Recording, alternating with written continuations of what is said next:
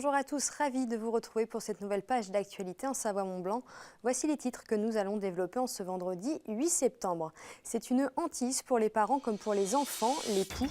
Chacun y va de sa méthode, mais aujourd'hui il y a une solution à Annecy. Un centre est dédié à l'élimination de ces petites bêtes. Sébastien Germain nous en dira plus sur cette technique importée des États-Unis. Et puis nous parlerons ronron thérapie. Et oui, ça existe, le concept, un salon de thé dans lequel vous pouvez vous restaurer et caresser des chats. Ça se passe à Aix-les-Bains, nous y serons à la fin de ce journal. Mais avant de développer ces titres, 48 heures après le passage de l'ouragan Irma qui a durement touché les îles françaises de Saint-Martin et Saint-Barthélemy, la solidarité s'organise un peu partout dans les associations humanitaires. C'est le cas à la Croix-Rouge française de Haute-Savoie. Plusieurs membres pourraient rapidement rallier les deux îles afin de participer aux opérations de sauvetage. En ce qui concerne les dons, l'antenne Haut-Savoyarde préconise des dons financiers plutôt que des vivres à cause des coûts d'acheminement. On écoute Philippe Dair au micro de Sébastien Germain.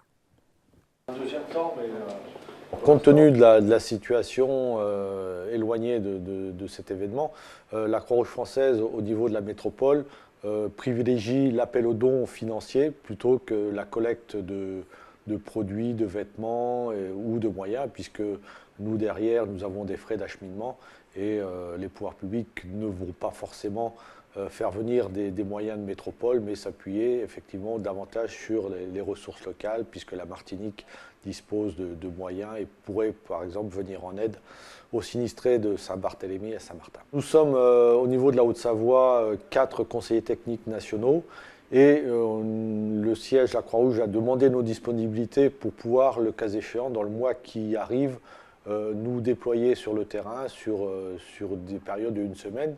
Il faut savoir qu'actuellement, nous avons 4 conseillers techniques nationaux qui sont sur le terrain, 2 qui ont été envoyés en précurseur avant la tempête et 2 avec l'avion de la ministre des Outre-mer en complément des moyens sapeurs-pompiers et médicaux qui ont été envoyés à cette occasion.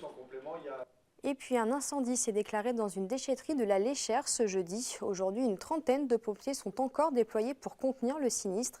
Cet incendie dégage d'importantes fumées car c'est un tas de bois broyé qui se consume. Vu les très importants volumes, une juste utilisation de l'eau ainsi que la rétention des écoulements d'extinction font partie des priorités des pompiers pour ne pas ajouter aux désagréments causés par les fumées un impact sur le milieu aquatique. C'est la hantise des parents, surtout en ce début de rentrée scolaire. Je veux parler des poux. Chacun a sa méthode pour les éradiquer, mais depuis ce mardi, un centre propose un traitement anti-poux qui a déjà fait ses preuves de l'autre côté de l'Atlantique. Sébastien Germain s'est rendu dans cet institut pas banal.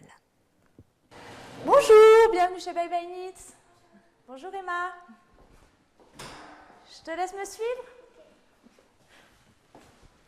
Bye Bye Knits. Voici une adresse qui devrait rapidement venir en aide aux nombreux parents en détresse face aux poux de leurs enfants. Ce centre de traitement anti-poux, ouvert depuis le 5 septembre, promet une éradication des poux et des lentes grâce à une technique venue tout droit des États-Unis.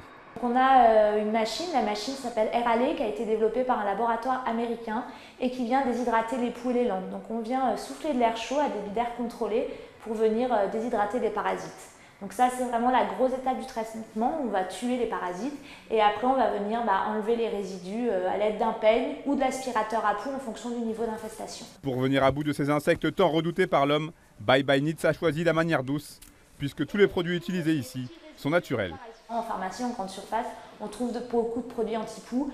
Et il y a beaucoup de produits chimiques. Donc là, nous, la première machine, c'est de l'air chaud, donc on ne peut plus naturel. Et après, on utilise des huiles essentielles à base de lavande, d'arbaté, donc complètement naturel. La séance varie entre 1 heure et 1 heure et demie, selon la longueur des cheveux. Et le traitement garantit une longévité d'une dizaine de jours. Depuis son ouverture, le centre affiche déjà presque complet et la demande est bien réelle, même si les poux peuvent être un sujet tabou. C'est vrai que dans l'esprit des gens, les poux, ça peut être encore lié à la saleté, etc. Ce qui n'est pas du tout le cas parce que tout le monde peut être concerné. Et même, j'ai envie de dire presque l'inverse, qu'ils aiment plutôt les cuirs chevelus secs. Donc effectivement, après, on a rencontré des parents qui étaient tellement désespérés parce qu'ils n'arrivaient pas à s'en débarrasser, qu'ils étaient très heureux qu'on ouvre enfin pour venir les aider. Pour un traitement complet, comptez de 79 à 99 €. Et sachez que ce centre n'est pas exclusivement ouvert qu'aux enfants. On continue à parler petites bêtes, mais celles-ci sont utiles. Je veux parler de lombrics, des vers qui servent à recycler les déchets ménagers. Le concept commence à prendre de l'ampleur également chez nos voisins suisses. À l'heure où la taxe au sac va augmenter, les vers semblent promis à un bel avenir en Valais.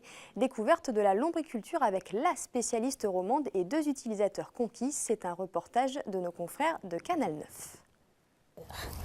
Et les vers de terre, ils sont là. Agnès Gerber est lombricultrice. Comprenez, éleveuse de vers, des vers dits composteurs, qui répondent au nom d'Eisenia foetida. Ce sont les lombrics qui transforment toute matière organique en décomposition. À ne pas confondre avec le ver de terre du jardin. Les épluchures, ces lombrics en raffolent. Les vers composteurs recyclent depuis ce printemps les déchets ménagers de la famille Lillo. Voilà, il y en a un petit, je vais le prendre, je vais le mettre là-bas. Le volume de déchets, c'est ce que vous voyez dans le composteur là. Il y a 3 étages et depuis mai, on a mis tous nos déchets ménagers là-dedans.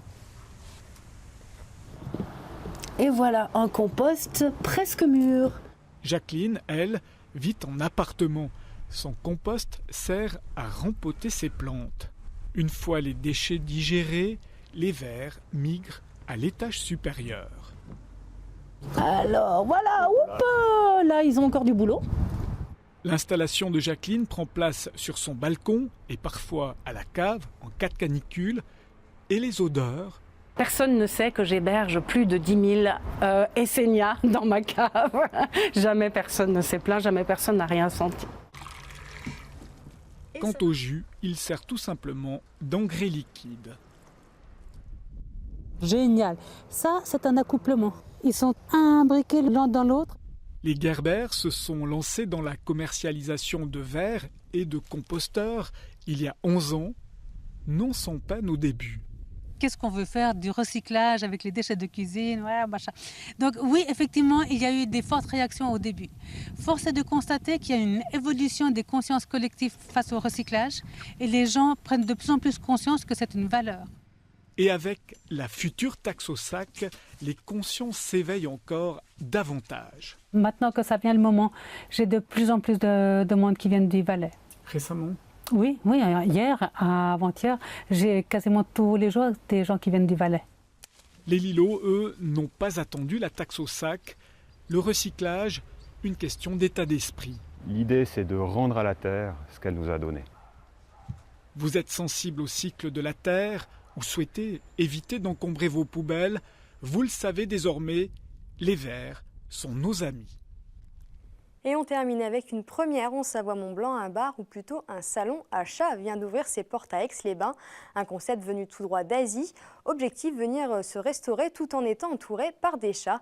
Une méthode de relaxation qu'Olivia Boisson a testée pour nous. Voici Nelson, Mona et la petite dernière. Voici donc la petite Joy qui nous arrive donc du sud. D'un élevage. Donc une petite mémère qui fait déjà un bon poids, qui va donc être, je pense, un grand chat. Donc elle est adorable, c'est une vraie petite machine à câlin, un ronron, très joueuse également. Ces 3 boules de poils font partie de ce bar à chat. Premier réflexe avant de les rencontrer, se désinfecter les mains. Puis place à la découverte de cet endroit particulier. Il est temps de se restaurer entre 2 caresses. De par leur ronronnement, en fait, ils diffusent donc des toutes petites fréquences qui sont très relaxantes en fait pour l'homme. Donc le fait qu'ils ronronnent, c'est câlin, c'est doux, c'est affectueux, ça détend énormément. Au-delà de la ronron-thérapie et de la restauration, Amandine André veut sensibiliser le public à la cause animale. Les animaux ne sont pas des jouets. Il est beau, petit chat. Qu'est-ce qu'il est beau, petit chaton. Avoir des animaux, c'est une responsabilité. Hein. Ce sont des êtres vivants. Quand on prend des animaux, on s'engage vraiment à s'en occuper. Donc effectivement, c'est un entretien. Faut les brosser, faut les nourrir, leur changer leur litière, leur apporter de l'attention. Donc c'est énormément de gestion, effectivement.